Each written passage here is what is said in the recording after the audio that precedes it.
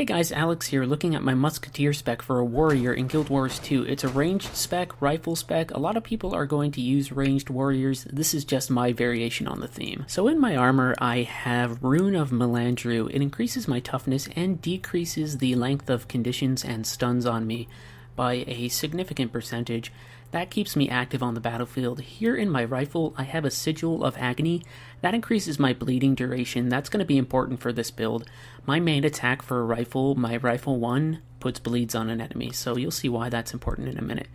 I have a Sigil of Peril here to increase the length of my vulnerability. I can put vulnerability on a target with my rifle, but it's more important for Cyclone Axe, this skill right here. That just increases the duration of the vulnerability for a little bit. Now down here on my horn, I have a Sigil of Geomancy. That makes enemies who are near me, when I switch to that weapon set, bleed for a little bit. And remember, those bleeds are lasting longer. I have a Berserker's Amulet with a Berserker's Jewel for as much DPS as I can get. So now let's look at these traits. No points in strength, I put more points in arms.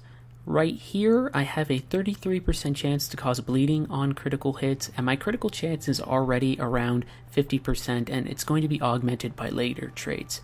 I have a 33% chance to cause vulnerability on critical hits, so between those two, on an ability like Volley that hits 5 times, I have a lot of chances to potentially cause bleeding or vulnerability. This next skill right here increases my burst skill's critical chance by 10%.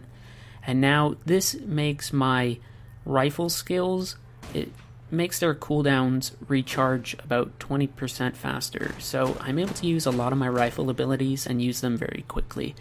This next skill is what most of the build is based off of. It increases our damage to bleeding foes by 10%.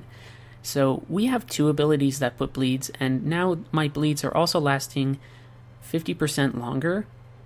And that works out well. So I have 20 points in defense here. I have extra armor when my health is above 90%. I gain toughness if I'm crippled, chilled, stunned, or immobilized. I regenerate health based on how much adrenaline I have. And then I also get a balanced stance if I'm ever knocked back or anything like that. So I only managed to get knocked back once. This just helps me if I'm reviving a teammate. Right here is the important one. Leg Specialist, we have 2 abilities that apply cripple. One of them is aimed shot for our rifle, and the other one is throw axe for our axe in this set. So anytime I cripple, I immobilize for a second, and that helps me stop kiters. Down here, I gain 5 bits of adrenaline anytime I'm swapping weapons, so that helps me because I get a lot of benefits when I have high adrenaline. This augments my crits, and remember, I also have something that makes my health regenerate faster when my adrenaline bar is really high. So overall, it's a pretty strong build. I use Mending as my cure skill. Anytime I use it, I am able to purge 2 conditions, and if you look there, the cooldown is only about 20 seconds, and that's really nice.